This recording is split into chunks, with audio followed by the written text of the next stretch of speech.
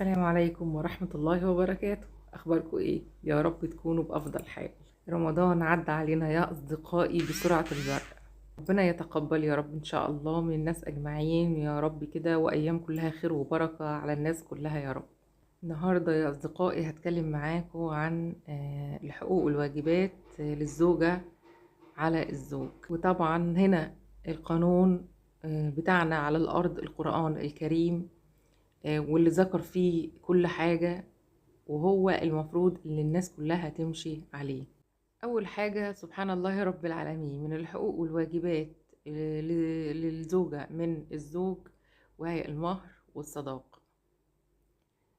طبعا على حسب الاعراف وعلى حسب التقاليد بتاعنا والدين، قبل الاعراف والتقاليد والعادات، انه لازم طبعا يكون في مهر وصداق للزوجة من الزوج. فآتوهن أجورهن فريضة، صدق الله العظيم. رقم 2، أن يحسن المعاشرة بالمعروف. خيركم خيركم لأهله، يعني حسن الصحبة وحسن العشرة، يخافوا عليهم، يحسنوا عشرتهم، وكف الأذى عنهم طبعا، وفي أقوالهم وأفعالهم، يعني هيتسألوا عليهم قدام ربنا. زي ما وصانا رسولنا الكريم: استوصوا بالنساء خيرا فإنهن عوان عندكم. ومن حسن المعاشرة هنا يا أصدقائي الكلمة الطيبة صدقة. فالكلمة الطيبة وحسن المعاشرة للزوجة، لو عملت حاجة أكلة كويسة أو بذلت مجهود ولو قليل في البيت، بيقول لها شكرا، يسلم إيديكي. الكلمة الطيبة لها أثر كبير جدا في نفوس الناس، وخاصة النساء، وبيخليها تطلع أحسن ما عندها. يعني الإحسان في المعاملة لها، والخير ليها وطلاقة الوجه معاها، والكلمة الطيبة لها أثر كبير جدا جدا جدا عندها لوحدها. الحاجات دي بتخليها أصلا تبدع وتتفنن في يعني إرضاء كل من حولها. نقطة كمان يا أصدقائي من حسن المعاشرة، وهو أن يجلس معها ويسامرها ويحاورها، زي ما كان الرسول عليه أفضل الصلاة والسلام بيعمل مع زوجاته. وطبعا خير أسوة وقدوة لينا الرسول عليه أفضل الصلاة والسلام، وده لوحده يعتبر حق من حقوق الزوجة اللي بيقدمها الزوج. وطبعا أن يتزين لها ويكون ما بينهم مودة ورحمة، ووقت مرضها يبقى جنبها، ويبقى في مودة ورحمة ليها، ويساعدها ويشاركها في كل شيء في أمور البيت والحياة، ويسلم عليها أول ما يدخل البيت، يلقي السلام عليها. قال النبي عليه أفضل الصلاة والسلام رسولنا الكريم: ارحمون يرحمهم الله، ارحموا أهل الأرض يرحمكم أهل السماء. حاجة كمان إنه هو يعفو عنها ويغفر لها، هو يصبر عليها ويعفو عنها من جوانب قصور، فإنها خلقت من ضلع أعوج.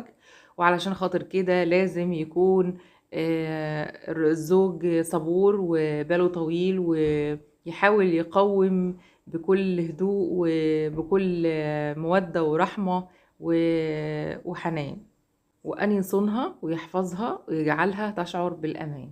وطبعا لا يسيء الظن بزوجته، ويعطيها كامل الثقة، وفي نفس الوقت يحفظ كرامتها وهيبتها في وسط الناس. وطبعا أساس العلاقة هنا يا أصدقائي الاحترام والتقدير، وطبعا لا يهينها ولا يصغر منها ولا يعملها معاملة مش كويسة، هو هيتسأل قدام ربنا عليها.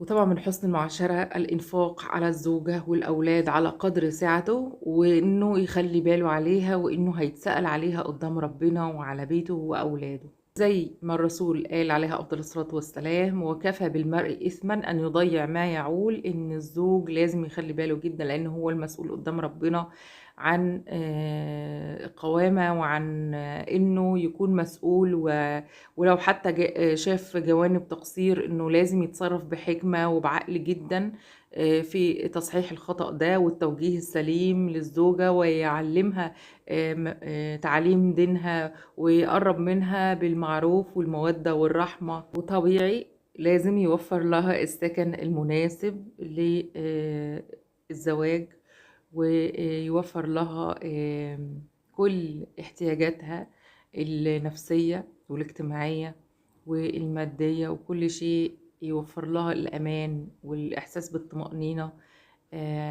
ويلبي احتياجاتها النفسية والعاطفية مع رغباتها، لأن هو هنا ده الأصل في الزواج، الإعفاف. هنا حسن العشرة يا أصدقائي ما بين الزوجين، إنه الكلمة الطيبة والوجه البشوش، وإنه يحسن عشرتها، ويلطفها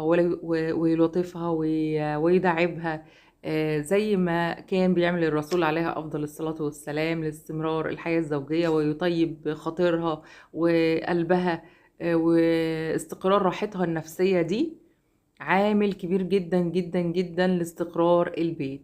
فهنا بتبدأ من الزوج وحسن معاشرته، أخلاقه الطيبة. نقطة من النقط المهمة كمان إنه يستشيرها وياخد برأيها في كل شيء، ويسمع منها زي ما كان بيعمل الرسول عليها أفضل الصلاة والسلام مع السيدة خديجة. نقطة من النقط المهمة جدا في إيذاء الزوجة، خلوا بالكم منها، إن هو ما يكرههاش، ويعاملها معاملة مش كويسة في البيت، علشان خاطر يكرهها على إنها تنفصل، إن هي تمشي وتسيب البيت وتزهق من المعاملة اللي مش كويسة، ويكرهها على الانفصال أو الطلاق.